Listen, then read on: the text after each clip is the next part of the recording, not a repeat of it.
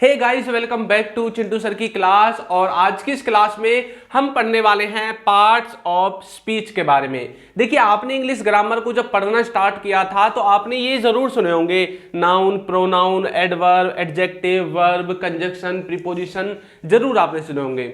लेकिन आपको ये समझ में नहीं आए, क्यों? क्योंकि आपने इनको समझने की कभी कोशिश ही नहीं की, आपने सिर्फ इनको रटने की कोशिश की। और जब भी आप किसी चीज को रटते हैं तो कुछ समय बाद आप उसको भूल जाते हैं। लेकिन आज हम इनको बिल्कुल इजी लैंग्वेज में समझेंगे और इनको ये भी देखेंगे कि हम अपनी आसपास कैसे पहचान सकते हैं, अपनी डेली लाइफ में कैसे इस्तेमाल कर सकते हैं, सेंटेंस में कैसे इस्तेमाल कर सकते हैं, वो भी एग्जाम्पल के साथ देखेंगे। तो चलिए, सबसे पहले मैं आपको ना एक छोटी सी बात बताता हूं। ये जो टॉपिक है, इस टॉपिक का नाम है पार्ट्स ऑफ स्पीच। क्या आप जानते हैं पार्ट्स का मतलब क्या होता है? पार्ट्स का मतलब होता है भाग या फिर किसी चीज के हिस्से, है ना। छोटे छोटे पार्ट्स जैसे आप बोलते हैं, मतलब भाग या फिर हिस्से, ठीक है। ऑफ का मतलब होता है का, के, की। और स्पीच का मतलब होता है जो भी हम सेंटेंस बोलते हैं, जो वाक्य बोलते हैं, उसी को हम स्पीच बोल देते हैं, ठीक है।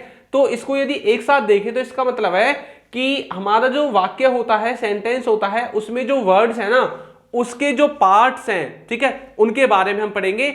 जो हमारे सेंटेंस के पार्ट्स होते हैं, सेंटेंस को बनाने में मदद कौन करता है? हमारी वर्ड्स करते हैं ना। अब हर एक वर्ड का अपना एक अलग मीनिंग है, अपना एक अलग महत्व है, ठीक है। देखिए, यहां पर मैंने पार्ट्स ऑफ स्पीच की एक डेफिनेशन लिखी है। बिल्कुल आप जैसे ही इसको पढ़ोगे आपके समझ में आ जाएगा कि पार्ट्स ऑफ स्पीच होता क्या है। देखिए क्या लिखा हुआ है, a part of a speech is just the name given to a word. इसका मतलब है कि जो पार्ट्स ऑफ स्पीच है वो बस एक नाम है जो कि एक शब्द को दिया गया है, based on the job that it does in a sentence. मतलब कि पार्ट्स ऑफ स्पीच एक ऐसा, मतलब आप बोल सकते हैं, नाम है जो कि एक शब्द को दिया गया है, उसके काम करने के आधार पर वो जो सेंटेंस में काम करता है ना, उसके हिसाब से हर एक वर्ड को एक नाम दिया गया है। अब जैसे यहां पर एक सेंटेंस है, Chintu is a very good boy, ठीक है। अब यहां पर देखिए, इस पूरे सेंटेंस में कितने वर्ड है? 1 2 3 4 5 और 6 इसमें वर्ड है। अब देखिए, हर एक वर्ड का अपना एक हिंदी मीनिंग है और हर एक वर्ड का अपना एक महत्व है ना। जैसे कि यहां पर चिंटू लिखा हुआ है, ये क्या है? ये किसी का नाम है। तो पार्ट्स ऑफ स्पीच की भाषा में इस चिंटू को मैं क्या बोलूंगा? चिंटू को मैं बोलूंगा नाउन। क्या बोलूंगा? नाउन। यानी कि ये किसी का नाम है। तो इस तरह से हम बिल्कुल इजी लैंग्वेज में इसको देखेंगे कि सेंटेंस में कैसे पहचाने कौन सा नाउन है, कौन सी हेल्पिंग वर्ब है, कौन सा जो है आपकी क्या बोलते हैं एडजेक्टिव है, एडवर्ब है, ठीक है। सब कुछ हम देखेंगे। तो चलिए पार्ट्स ऑफ स्पीच को स्टार्ट करते हैं। देखिए, ये जो पार्ट्स ऑफ स्पीच है ना, इसी के ये टाइप्स होते हैं जो आप सुनते हैं ना, noun, pronoun, adjective, verb, adverb, preposition, conjunction, interjection, ये सब के सब आपके पार्ट्स ऑफ स्पीच के टाइप्स हैं, जो कि टोटल कितने होते हैं? 8 होते हैं, ठीक है। अब जैसे नाउन आपने इंग्लिश में बोल दिया, अब इसको हिंदी में हम क्या बोलते हैं? हिंदी में बोलते हैं संज्ञा। संज्ञा तो आपने सुना ही होगा। प्रोनाउन, प्रोनाउन को हम क्या बोलते हैं? सर्वनाम। एडजेक्टिव को क्या बोलते हैं? विशेषण। वर्ब को क्या बोलते हैं? क्रिया। इसी तरह से एडवर्ब को क्रिया विशेषण, प्रीपोजिशन को संबंध सूचक अवयव, ठीक है। कंजक्शन को समुच्चय बोधक और इंटरजेक्शन को विस्मयादि बोधक, जो है हम इसके नाम से हिंदी में जानते हैं, ठीक है। तो पार्ट्स ऑफ स्पीच टोटल कितने प्रकार के हैं? 8 प्रकार के हैं।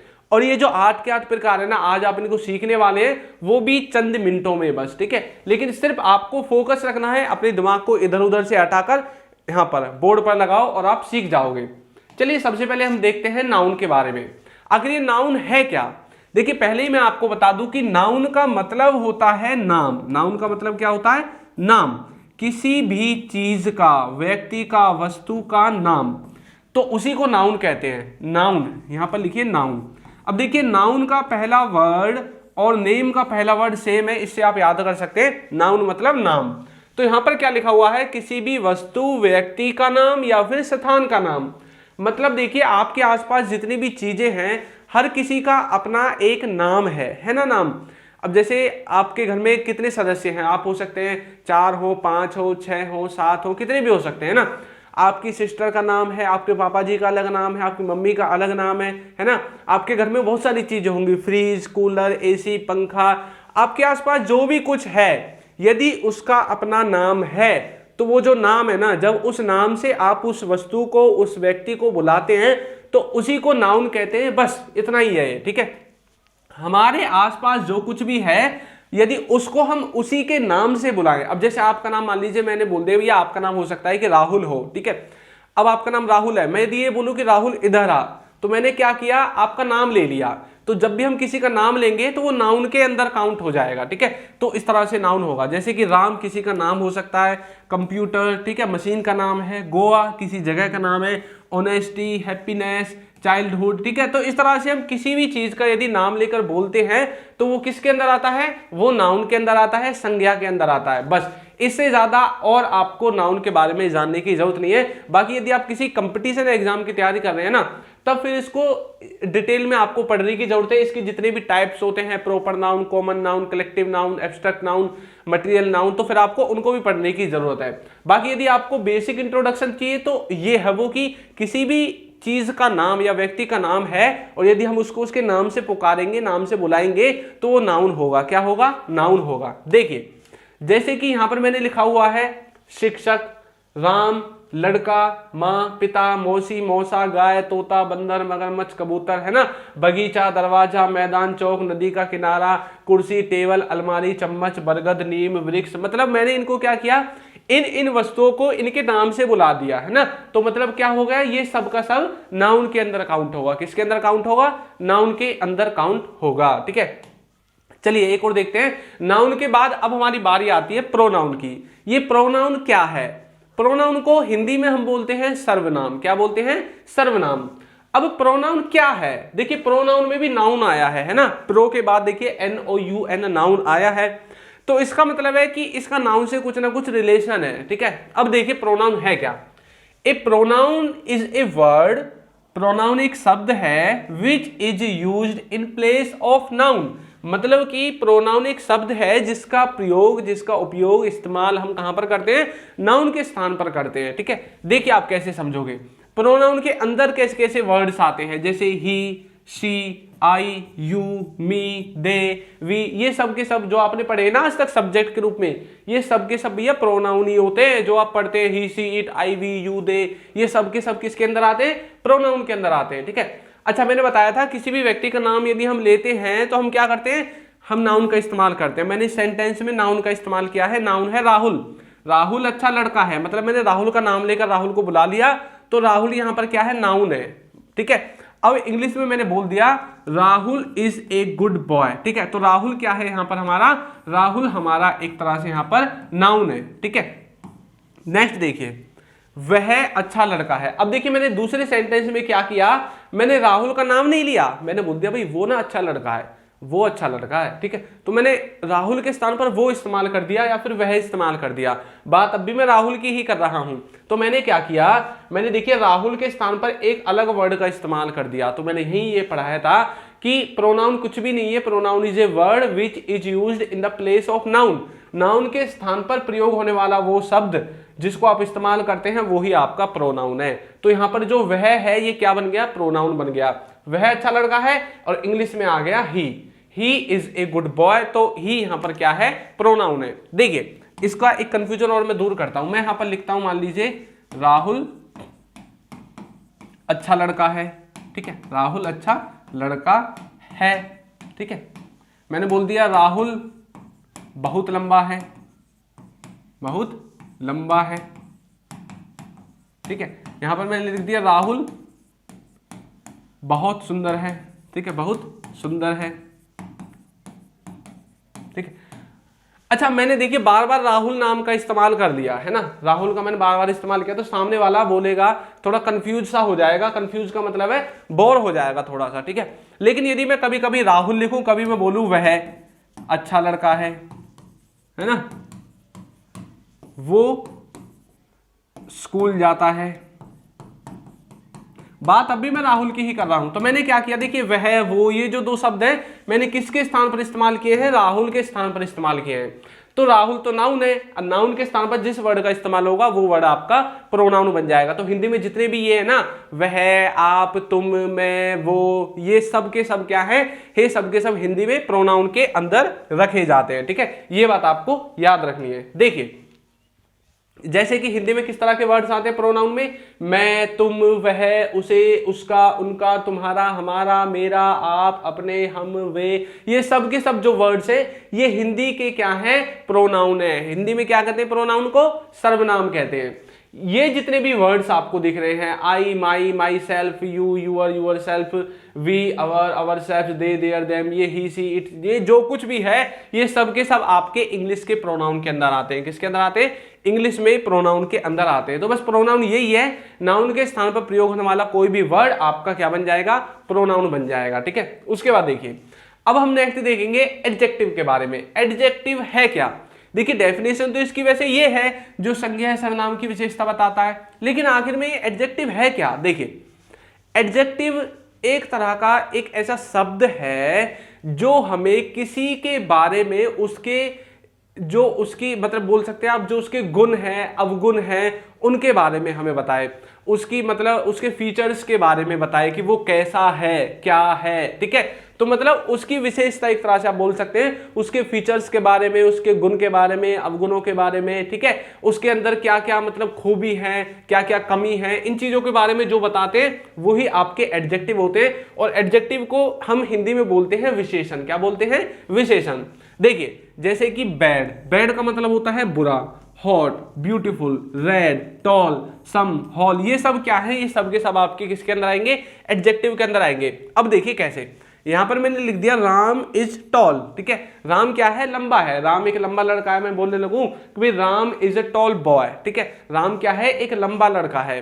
तो राम की विशेषता क्या है यहाँ पर कि राम लंबा है। कल को मैं बोलने लगूं राम काला है तो काला उसकी विशेषता हो गई। मतलब राम के बारे में मैंने एक्स्ट्रा इन्फॉर्मेशन दे दी कि राम कैसा है ना, काला है, गोरा है, भूरा है, लंबा है, मोटा है, पतला है, छोटा है, क्या है ना।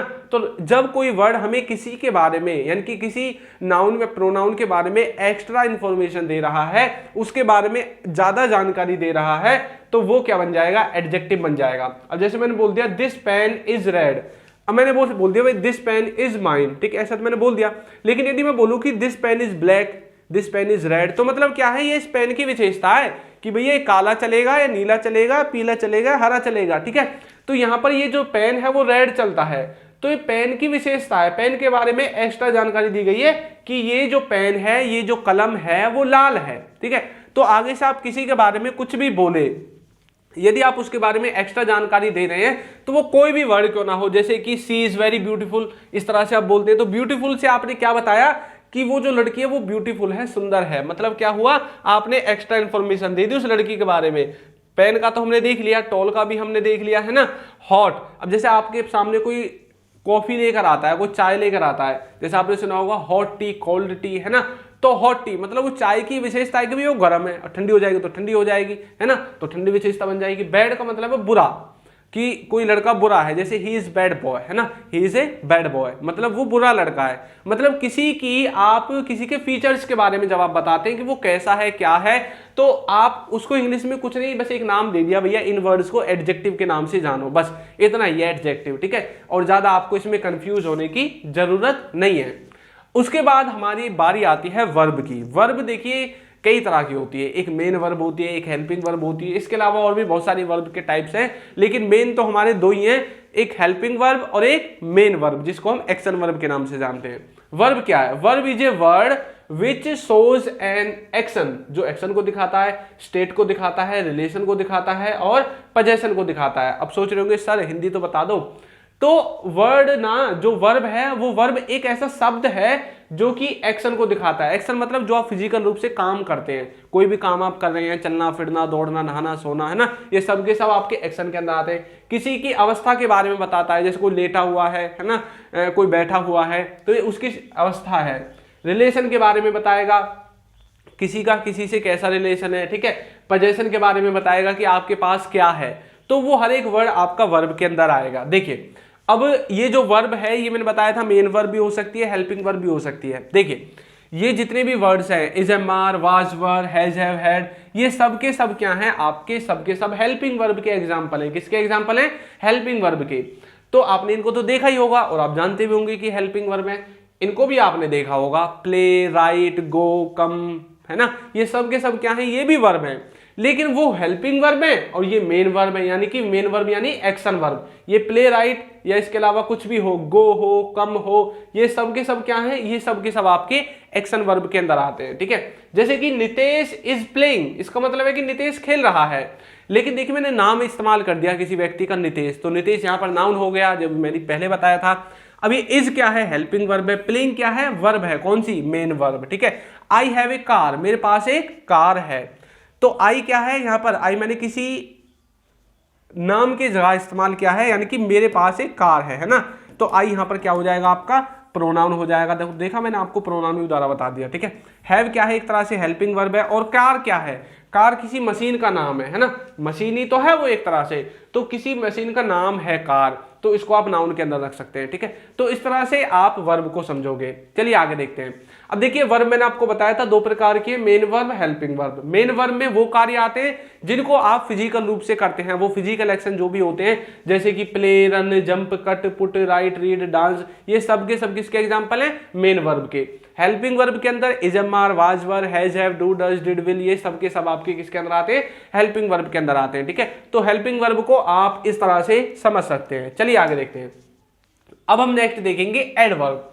अच्छा, ये एडवर्ब क्या है, एडजेक्टिव और एडवर्ब का एक रिलेशन है भैया दोनों का बीच में। क्या, मैंने मान लीजिए एक सेंटेंस लिखा, मैंने क्या लिखा, सी इज, मान लो मैं लिख दिया ब्यूटीफुल, ठीक है, सी इज ब्यूटीफुल मैंने लिख दिया, ठीक है, कि वो क्या है, सुंदर है। तो मैंने बोला था जब आप किसी के बारे में कोई एक्स्ट्रा इंफॉर्मेशन दे रहे हैं तो वो जो वर्ड है वो आपका एडजेक्टिव होगा, तो ये क्या है, आपका एडजेक्टिव है। यदि मैं बोलने लगूं सी इज वेरी ब्यूटीफुल, यदि मैं वेरी का इस्तेमाल कर दूं, यदि मैं इसमें टू का इस्तेमाल कर दूं, वैसे मैं आपको समझा रहा हूं, she is too beautiful, very beautiful, इस तरह से बहुत सारे वर्ड्स होते हैं ना, तो यदि मैं ये एक्स्ट्रा वर्ड जो लगा रहा हूं, ये वर्ड किसके बारे में बता रहे हैं, ये वर्ड हमें इस ब्यूटीफुल के बारे में बता रहे हैं। अब जैसे कि ही इज रनिंग, ठीक है, यदि मैंने लिख दिया ही इज रनिंग, वह दौड़ रहा है। अब वो कैसा दौड़ रहा है, वो धीरे धीरे दौड़ रहा है, तेज दौड़ रहा है, तो ये जो एक्स्ट्रा इंफॉर्मेशन हमें इस एडजेक्टिव के बारे में मिलेगी ना, वो जो भी वर्ड होगा, he is running very fast, he is running slowly, इस तरह से जो ये एक्स्ट्रा वर्ड है ना, जो हमें एडजेक्टिव के बारे में इंफॉर्मेशन दे रहे हैं कि वो मतलब ये तो हमें पता चल गया कि भैया वो मतलब ब्यूटीफुल है, सुंदर है, लेकिन कितनी सुंदर है ना। तो ये क्या करते हैं, जो किसी वर्ब या फिर एडजेक्टिव की विशेषता बताएं सॉरी, ये एडजेक्टिव के बारे में भी बता देते हैं कि वो कैसा है, कम सुंदर है, ज्यादा सुंदर है, कम लंबा है, ज्यादा लंबा है, कम पतला है, ज्यादा पतला है, अधिक इंटेलिजेंट मतलब कम इंटेलिजेंट है, ज्यादा इंटेलिजेंट है, या कैसा है, ये उसके बारे में भी एक्स्ट्रा जानकारी दे देंगे, ठीक है। तो इसमें देखिए इस तरह के वर्ड्स आएंगे, वेरी, सैडली, लाउडली, इसमें एलवाई आ गया ना पीछे, तो इस तरह से आप समझ सकते हैं, ठीक है।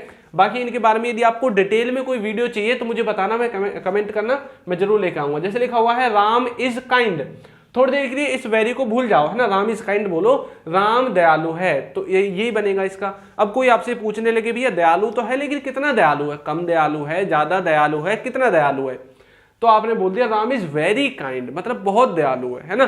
तो ये वेरी इसमें एक्स्ट्रा वर्ड जुड़ गया। इस वेरी ने बताया किसके बारे में, काइंड के बारे में, कि कम दयालु है या ज्यादा दयालु है, ठीक है। तो इस तरह से ये जो एक्स्ट्रा वर्ड है ये आपका एडवर्ब हो जाएगा। इधर भी वेरी है, ही वॉक्स वेरी स्लोली, वह बहुत धीरे चलता है या दौड़ता है, भागता है, जो भी है। तो ये वेरी जो वर्ड जुड़ा है, इससे हमें क्या पता चलता है कि वो मतलब जो एडजेक्टिव है ना उसके बारे में एक्स्ट्रा इंफॉर्मेशन हमें मिल रही है, तो ये क्या हो जाएगा, आपका एडवर्ब हो जाएगा, ठीक है। एडवर्ब को इस तरह से आप समझ सकते हैं। आगे देखिए, अब हमारा जो नेक्स्ट है वो है प्रीपोजिशन। देखिए उससे पहले मैं आपको बता दूं, यदि अभी तक आपने हमारे कोर्स को ज्वाइन नहीं किया है तो लिंक आपको नीचे डिस्क्रिप्शन में मिल जाएगा, और यदि अभी तक आपने हमारी ई बुक्स को परचेज नहीं किया तो देखिए वीडियो के नीचे आपको ई बुक्स दिख रही होंगी, वहां से जाकर आप उनको परचेज कर सकते हैं। प्रीपोजिशन का मतलब क्या होता है, प्रीपोजिशन का मतलब होता है नाम तथा सर्वनाम के बीच किसी भी जगह, स्थान, समय के साथ जोड़ने के लिए इसका उपयोग किया जाता है। इसको सरल भाषा में बोलूं तो मान लीजिए आप जा रहे हैं कहीं पर, मान लीजिए आप स्कूल जा रहे हैं, मार्केट जा रहे हैं, तो अब यदि मुझे कैसे पता चलेगा आप और स्कूल दोनों अलग अलग हैं और आप स्कूल की तरफ जा रहे हैं, ये मुझे पता चलेगा प्रीपोजिशन से, ठीक है। एक तरह से हमें डायरेक्शन वगैरह जो बताती है ना, प्रीपोजिशन ही बताती है, ठीक है। कोई चीज किसी से कैसे लिंकिंग है, ये सब चीज हमें प्रीपोजिशन के द्वारा ही पता चलेगी।